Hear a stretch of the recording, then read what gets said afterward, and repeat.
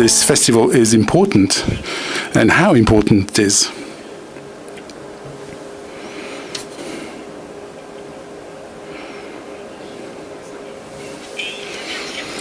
And there's a Korean film called Ju, which had the great prize of the Marrakech Film Festival a few years ago.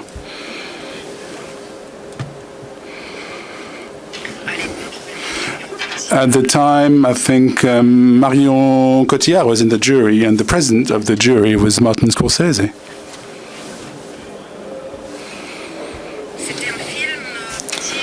It was a small, independent Korean film, which was actually very important for the Korean industry.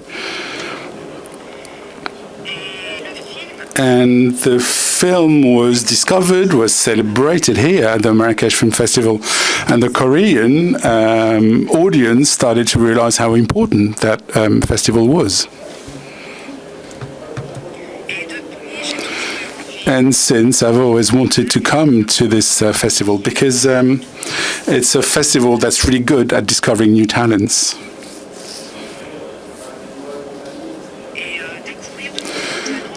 And discovering new talents is also really important to me, and it really makes sense as far as I'm concerned, so that's why I'm really happy to be here. It's really important to me because it's the first time a director is doing something, and I really want to discover someone who's crazy, who's daring, because it's their first film.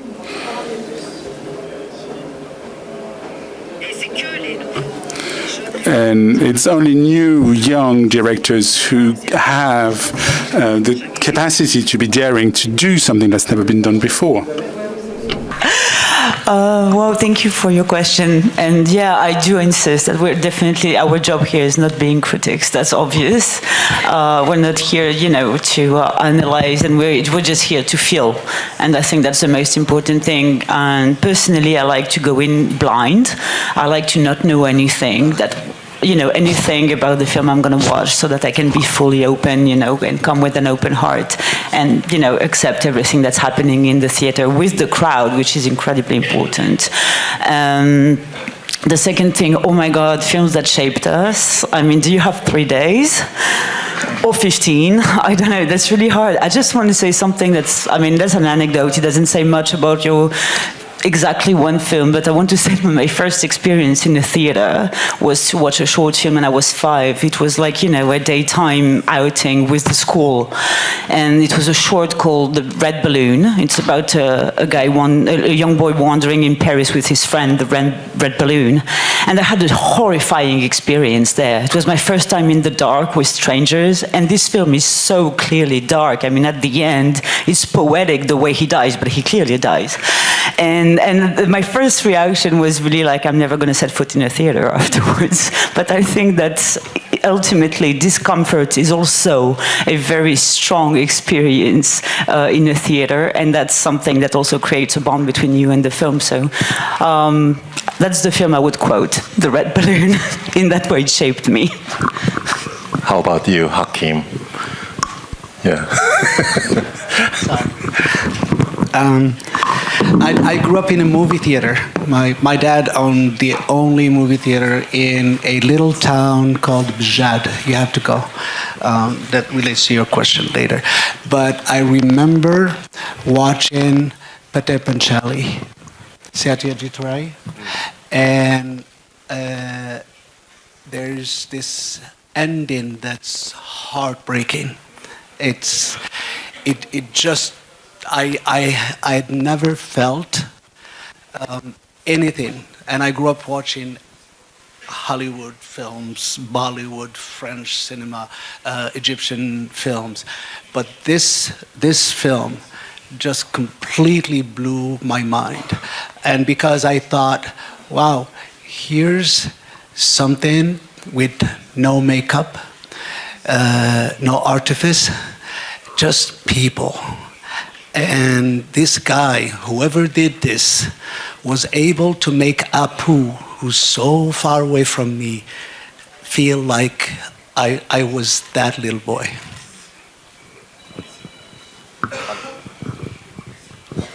Would anyone else like to have a go at this question?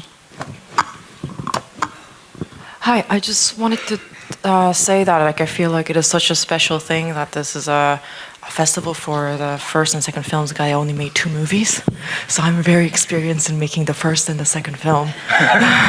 So it's such an honor to be here to get to watch the first and second film, and it's something that director Bong was saying, which is how it is actually the privilege of the debut filmmaker to be able to be completely fearless and to be yes, daring and a little crazy too. But so I feel like I think it just feels like such an honor to be here, and I'm just so excited to get to see the first and second movies, because I got to make my first and second movies really recently, and it's been the most incredible, enlivening experience.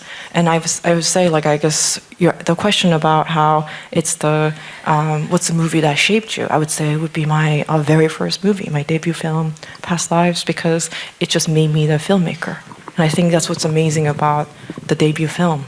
It makes you the filmmaker. It turns you into the filmmaker that you are. So I'm just, I think, just really happy. I think that's the thing. It's like, certainly, I mean, I think criticism is an important part of a film culture, but I think that there is a very real thing where you get to encounter a new voice and to accept and love them as they are. Yeah. We had a question there. Oh, we'll come to you next. Go ahead. Go ahead. Bonjour, Media Mala pour Burnout et TV5 Monde Maghreb. Good morning, Media Mala for Burnout and Media Maghreb. If you were told a new rule in this festival to add. Nashin, can you summarize the question again? Sorry. Yeah. Do you want me to say it in English, maybe? Yes. Okay. If we share with you a new rule for this festival, and you have the right to add a new film to the official competition, wow. Which movie will you choose? A movie that already exists, that you love? From all time? From long time, from any time. I got it then. One of, I think, the most important films for any filmmaker to watch, or just definitely one of the most impactful ones to me, and it's just classic. Murnau's Sunrise, A Song Between Two Humans is some of the most innovative filmmaking I've ever seen, and for its time, it still feels quite modern. You know, almost 100 years later, it's just entirely focused on the intimacy between two people, and it's. I think for, you know, especially in something like this where independent filmmaking so much, you're relying on the actors, you're relying on the performances, it really is such a great opportunity to kind of just live in that, and yes, like I said, it's just unbelievably powerful. For me, I have 2. The first feature film of my Korean fellow filmmaker called Joon. His first feature film, 2003, called Save the Green Planet. Recently, the Yorgos Lanthimos remake that movie called Bugonia. That the original one is Save the Green Planet. That is one of the most striking first feature film. And also the other one is Corpo Celeste by Alice Lorwacher, the director of Happy as Rachel. Yeah, those 2 movies.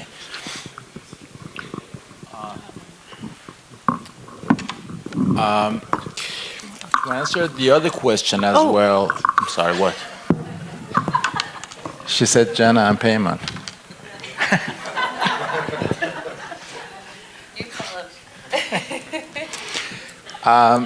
For me, first of all, I'd just like to say the film which inspired me long before was a movie by Abbas Kiarostami, Close Up. Still is one of my best films. Still, I don't understand what he's doing in this film, and the reason that I love the film is that you cannot define the border of the reality and documentary and the drama and fiction and these things, and that's the beauty of movie making, which looks very real in performances, in everything else. So that is the film that I remember inspired me a lot. And if I want to choose a film, there are a lot, but I do go with Nuri Bilge Ceylan's first films. And Jafar Panahi first film, The White Balloon, I remember it. I would definitely ask to have it here. Yeah. Go ahead, Julie. Can I? Thank you. I don't see. I don't see anyone here. It's like they're all in the line, so I don't know if someone's talking or not. As for me, it would be Chantal Ackerman's Jan Dillman, 23 quai du Commerce, 1080 Bruxelles. I think this. I mean. This film has been elected recently. I think it was 2 years ago, the best film of all time, and I think it's crazy because at the time this film was not well distributed, and there are still a lot of people who haven't seen that film, which is an amazing immersion into the daily life of a housewife. It's an experience of the female body, because it's a lot about, it's very few dialogues, it's a lot about the repetitiveness of her daily life, of the gestures she does when she washes the dishes, when she makes dinner, and all this. And there is something almost trance-like about it that I think is absolutely incredible in the way it shows so much faith in the means of cinema, which is image and sound, so much faith in that in order to convey a very, very human relationship and universal relationship between you, the audience, us, and the main character, Jeanne Dillman. And it's also a film that I'm very surprised that not enough people have seen yet, and I do believe that it's it's an experience that should be shown on the big screen, definitely, because it's the only way for me to get immersed into her skin and to understand her sorrow, her I think, generally her body experience, because to me that there is a lot about the body in that film, is to watch it on a big screen. And I think it's a 4 hours film that feels like you could watch it for your entire life going on. Like I could stay with her forever. And I think it was incredibly bold and avant-garde when it was made. And as she said herself, I'm just going to quote Chantal Ackerman on that one, she said, I think that no man could have been able to make that film.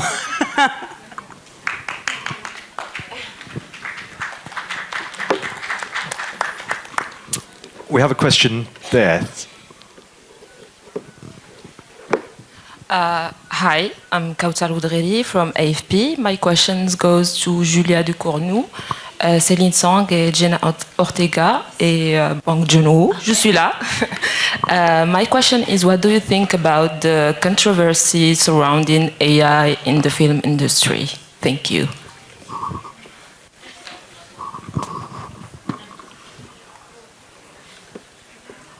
Okay, I have an answer as far as... so the thing is that AI, I think, is very controversial in the way it's used. I think that's the main thing. That's more of a humanist question, a human question, than a technology question, because it is a tool that exists, and that's definitely we cannot deny that we need to incorporate in our work. In Alpha, my latest film, we used it for CGI, and it really did help us a lot. However, I really believe that at no point should AI, take over human work and human interaction. I mean, I cannot have an artistic dialogue with AI. I can have an artistic dialogue with my CGI supervisor in the way we're going to use that tool. And I think that it should just remain a tool, and that, at no point it should, superate any kind of, human work, human interaction, human sensitivity. And otherwise, I really think it would be wrong, because we know that in the end, if it does, it's only a money matter.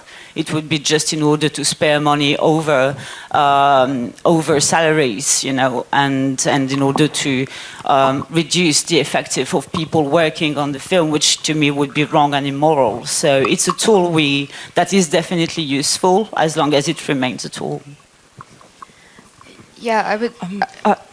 Go for it. I was just going to say I have a probably more militant approach to it. I think that, to quote Guillermo del Toro, who's going to be here at this festival soon. Fuck AI. So to me, I think that my relationship to it is that I think the way that it is completely destroying our planet, and then I think the way that it is completely colonizing our minds, and then the way that we encounter images, the way we encounter sound, I think I'm very concerned about it, because I think that the number one thing that I think that we're here to defend as artists is humanity. And I think that we're actually here to not just think about what makes human life easy, what makes it convenient, but actually what it's like to actually live. I don't know if you guys watched the TV show Severance. I think about this so much because I feel like Severance is, I think, one of the best documents about the way that AI is completely taking over what is beautifully difficult about human life. Right. I think I agree with you. I think there are some parts of like AI technology that is a part of like catching noise in sound design or things like that are just kind of like actually being used as tools of that kind. The thing that I'm actually more worried about more than anything is the way that it is trying to encroach on what makes our lives very, very beautiful and very, very hard, and what makes living worth doing. I think the thing that's really hard is when they're like, well, wouldn't it be so much easier if we didn't actually learn how to paint, but we actually could just like tell somebody else to do it for us? And actually, people who paint, we have to pay them, right? People who paint actually, and also I think about this so much because I'm like, when I work with my DP, my cinematographer, it might be easy to think that it's like, well, like cinematography is just a lot of images, but the truth is that, well, I actually get to, by using by working with my cinematographer, who's a human being, who's a grown man, with him, I think that I get to actually have his whole life, right? With the images that he makes are not just things that you can just put into an algorithm and pop out. It's actually the images that you make with my cinematographer is what I get by having his entire life's work and his entire existence as a human being, the difficulties, the failures, everything. And I think that I get to have that. So deeply and very, not very respectfully, fuck AI, yeah.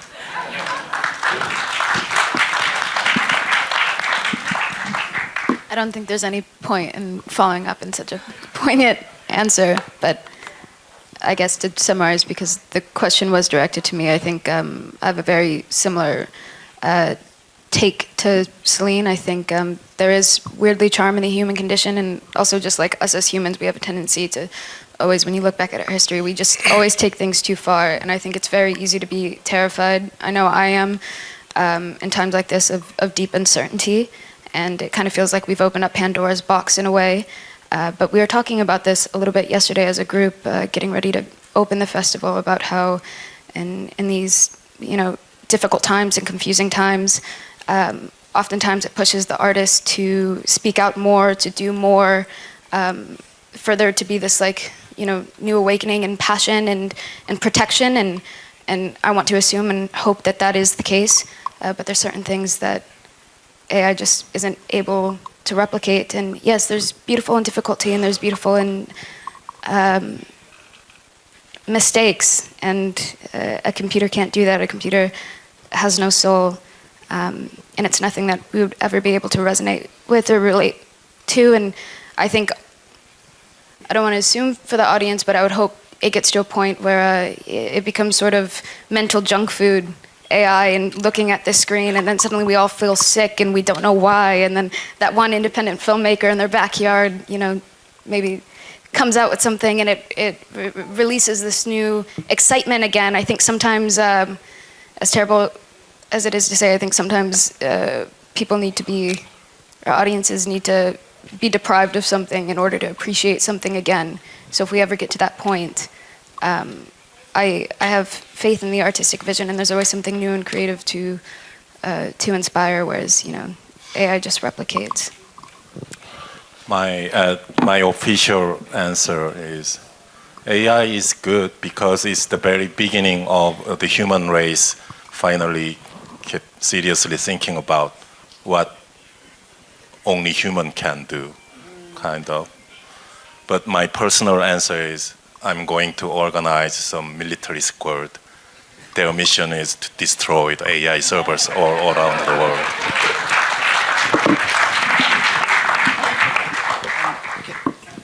I'm looking at this from my perspective as a Moroccan. And that is the fact that I think I'm not on social media. I don't think there's anything social about social media. And this notion that the models used now in AI don't belong to me. They're not mine. I have to create my own models.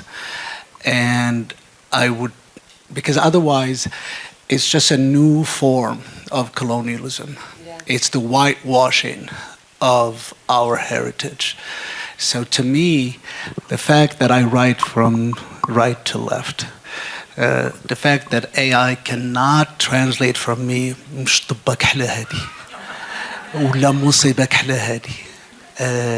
is a real issue. And so I think the nuance, the ambivalence, the mistakes, the imperfection, I think that's where the beauty lies. And otherwise, you guys, Celine and you were talking yesterday about, can I say this? About your relationship, your working relationship in the projects that you guys are working on now. And it sounded to me like there was one side that felt like AI-ish, that is finance and no heart in terms of the notes that you get with the people who are developing with you. I'm sorry if I'm like saying this. Is that okay? Because I think it's important. القوالب ديال السكر it's formula. And formula, when you are so, you can talk better about it because and I think that's the equivalent of what AI. I think we're talking about how like so much of filmmaking, anything like that, part of what I think that one believes that one can buy from the artist is a right to try to shape it in a way that makes sense for the quote unquote the algorithm of what they believe about the market and what they believe about the like what's happening in the world for them, which is deeply capitalism and colonialism and imperialism. So I think that we're talking about how those ideologies and values are sometimes trying to come and take over the movies that we're making. I think that's what we're saying, yeah.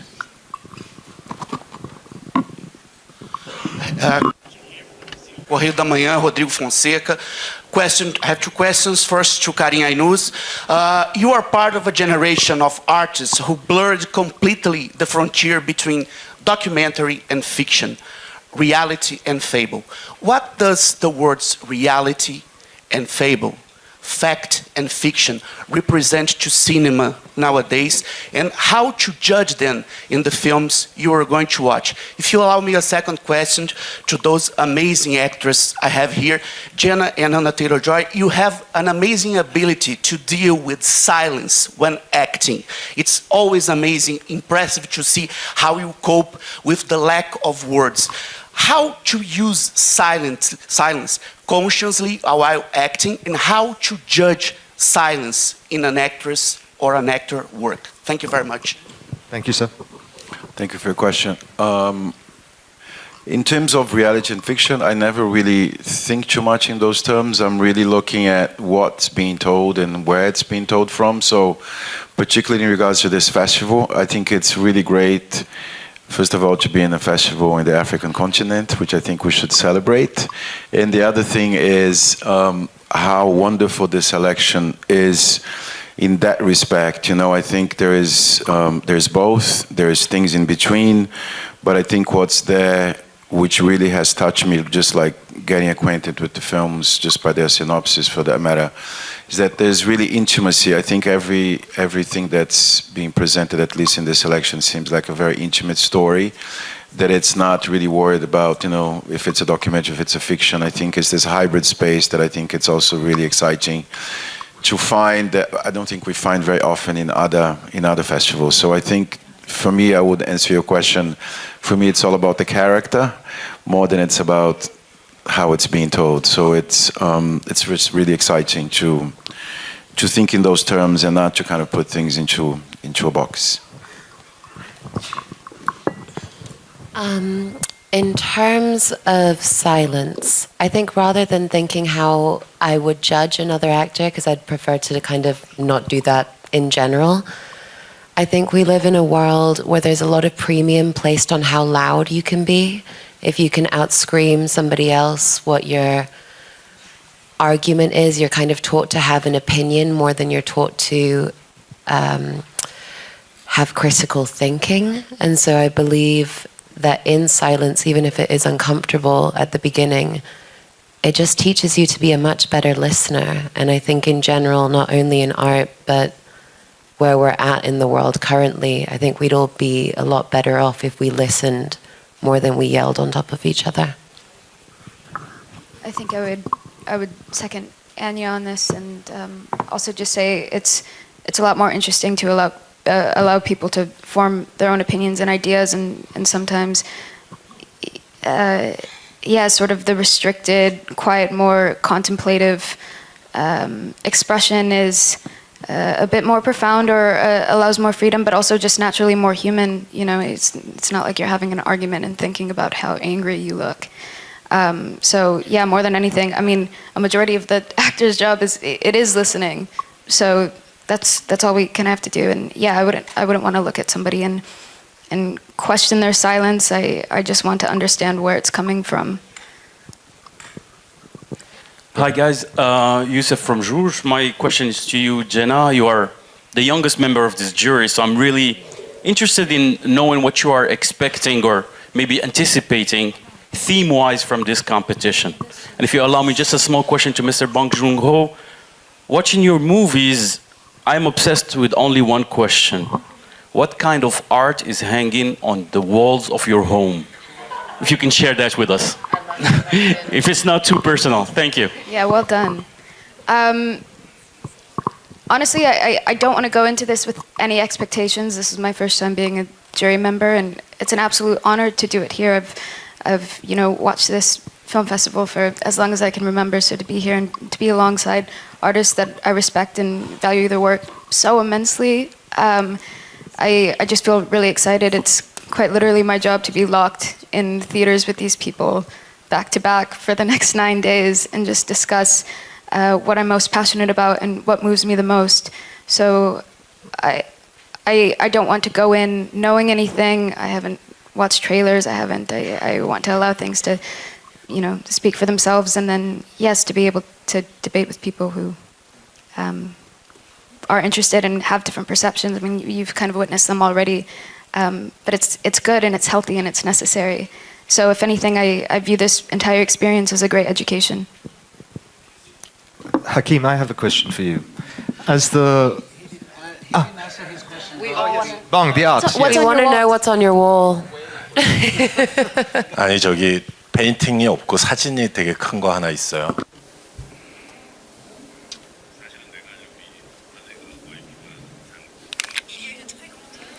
There's a great work on the walls of my house. It's an African person who's smoking a cigarette. It's huge. I can't remember the name or the title of the painting. But when I was in Marrakech, I was told I can smoke in my room even. So I'm really happy, and it reminds me of that big painting that's in my home.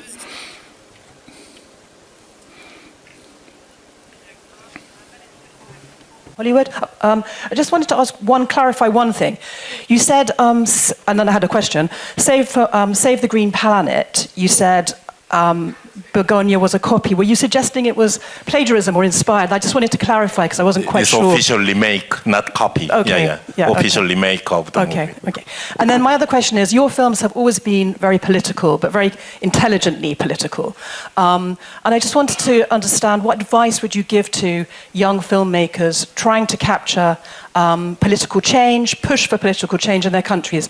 This country, the youth here, have been pushing for political change in the region, even in the US, in Europe. It's not just an issue for the Middle East, but here it is difficult to make those comments. And what advice would you give? And maybe the other directors on the panel as well, if they want to add to that.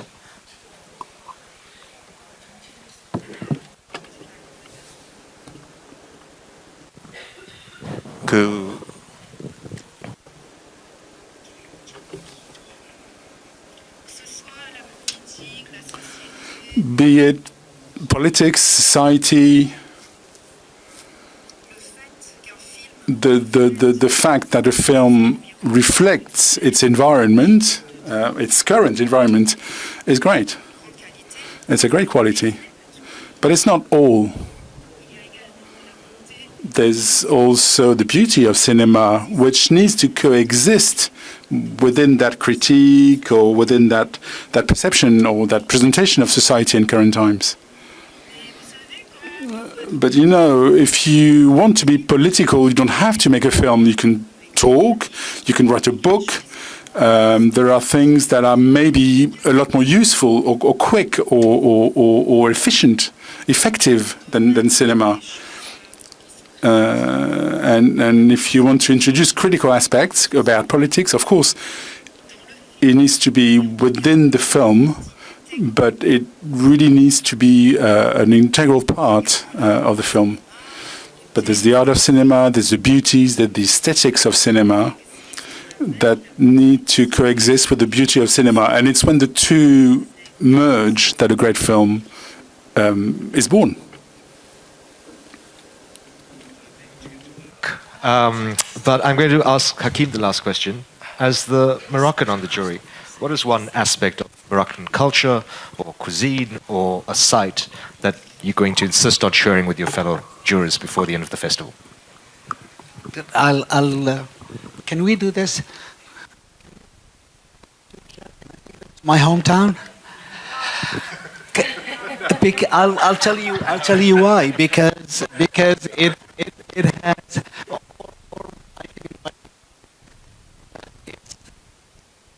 It's about space, and it is about things unseen, and it is about that aspect when you can grasp time, because it's old. People are very ordinary, and yet they're just immense. There is like a well that never dries of stories, and it's about the times where something. To me, that's where I learned cinema, and it was not watching films in my dad's movie theater. It was not my studies of cinema. It was not my studies of literature. It was just watching the people around me. And what you end up with is the invisible becomes visual for you, because you can see metaphors all around you. That's how I see it. And to me, because the food, I don't think they can eat better than what we're eating here. Although, I'll translate. Yeah, there's nothing like my mom's couscous on Friday. So the invitation is open. You should come. Thank you. Let's thank the jury for being a very wonderful, engaging presence here today. Thank you all, press. Happy screenings. Thank you.